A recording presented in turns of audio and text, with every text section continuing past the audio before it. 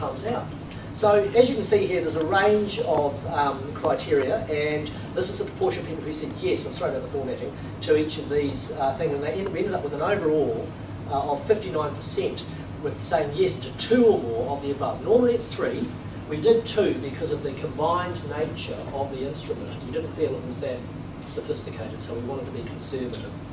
And so we went for 2, saying yes to 2 or more above, gives a dependence proportion of 60% of the sample had at some point in their use been dependent. How come you haven't included things about withdrawal? Well, that was a curly one because the withdrawal on cannabis, you know, it's got its own unique set of withdrawal criteria in the DSM, and there is an argument, in fact, for DSM-IV, which they're doing now, that they're going to have to give it a very specific, it's absolutely its own class of criteria, because it doesn't have the same kind of withdrawal characteristics, say, as methamphetamine or heroin. It's a very, very different set of criteria, so it's one that you have to sort of look at carefully. And here we have abuse. Now, abuse, I think you just need 1. Is it 1 or 2 for abuse normally? I think DSM 2. Yeah. And so these criteria here. Now, one of them I find that's really interesting is this one down here. Have you been arrested or convicted? You see, I mean that's a criteria that would drop out of the criteria if you were in Holland, for example, because this is not a medical criterion. This is policy driven.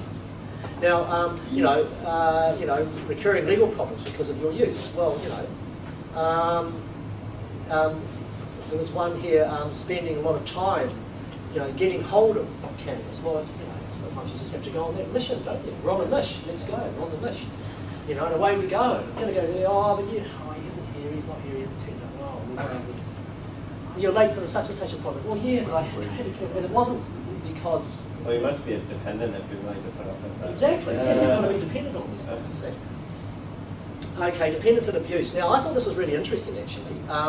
This is a correlation with gender. And what we're really seeing here, there was a significant difference between males and females, with males being more likely to have to receive a diagnosis of dependence compared to females. So that implies some gender differences in use patterns, which I found very interesting.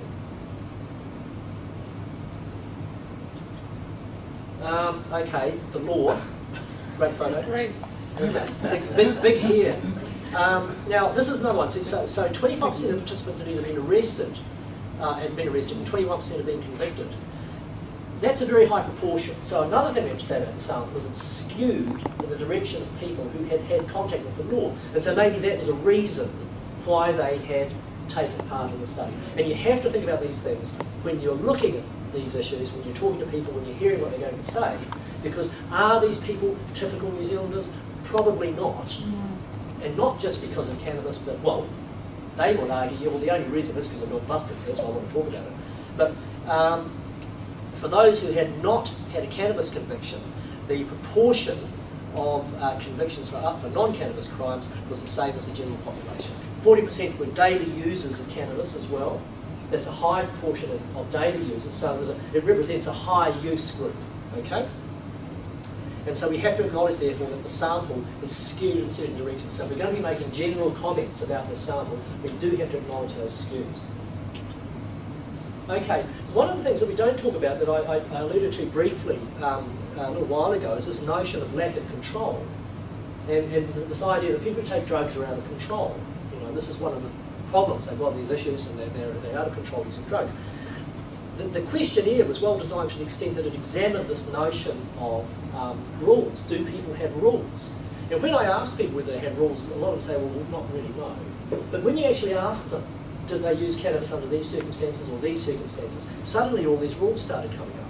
So you suddenly find yourself thinking about cannabis in the context of rule-governed or rule-influenced behaviour. So it's not just a random act. People are making conscious choices about what they're doing, when, where, how, with whom, etc. And that may, in a sense, seem kind of obvious, but on the other hand, when you think about the discourse around cannabis use and the construction of drug users as these out-of-it people who are, you know, surrounded by empty pizza boxes and so on, you have to think about that in the context of some of these. This is first use.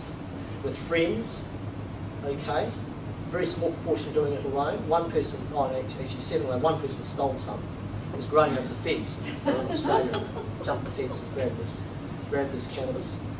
80% of them had it offered, which is an interesting statistic. Okay, now it was much higher in New Zealand because I did a comparison between the questionnaires that was answered in the 2 other studies in San Francisco and Amsterdam. And many more people in New Zealand were offered it than there were in those other countries. Pleasant experience? Yep. 26% had no effect. Now this is consistent with this work by Becker, Becoming a Marijuana User, which was published many years ago, and the idea that one has to learn how to have the effect. And one of the arguments about cannabis is that it has very little physiological noise, which by that as opposed to alcohol, where you drink and you get really, really drunk and end up vomiting, although, you can, of course, vomit on cannabis too. Absolutely. Right. So, frequency of times of the day, high, first year, heaviest period of use, and last 3 months. So we're just looking at different patterns of use here. And so the interesting thing for me about these statistics here is that there's a period of heavy use where it's sort of open slather all day, 60%. Right? However, when you look at the first section, the first period and the last period, the numbers are remarkably similar. They've kind of gone back almost to that earlier pattern. So this sort of draws out the idea of this notion of dependence. If a person is dependent, and we've said that 60% of the sample had lifetime dependence, it seems that this notion of dependence, one can move on from being dependent. Okay, whereas you might say if you're dependent on a drug like heroin or alcohol, it's actually really, really difficult to get away from that. And I think the stats on that DVD, or we call it DVD, the stats on the DVD, I think 1 in 10 gets out. Whereas with cannabis, it seems that while a significant proportion of people are dependent at some point in their cannabis use careers, they move away from that habitual pattern of use over time. So it implies a less problematic drug in that context. And this is bringing forward the notion that if we're going to talk about drug use, we have to think about it in a sense of the different drugs, which comes way back to when we were talking about theorising intoxication, and that there is a lack of theorising around the differences between different people using different drugs. We have a one-size-fits-all approach to drug use. Maybe, coming back to this notion of policy, maybe we need to think about differences there. Okay, rules, self-reporting rules. So 54% rigorously stuck to their rules, 42% reasonably. So basically most of them stuck to their rules to some extent. There was 75% of the sample had rules, said that they had rules. So 46% not before work or study. Not at certain times of the day, 26%. Not the presence of children. Now that's only 18%, but the sample, not all of the sample had children. In fact, there was only one person in the entire study who said that they used in the presence of their children. Out of the whole study, out of all those people who had children, only one person said, "Oh, I use, around my children." None of the rest did. One of them made it, well, I could throw it on the table and they wouldn't know what it was because they never see it. Not if I have commitments. If I'm going to be clear-headed, in moderation. Not in public. Not in combination with alcohol. See, so there were a lot of people were using in combination with alcohol.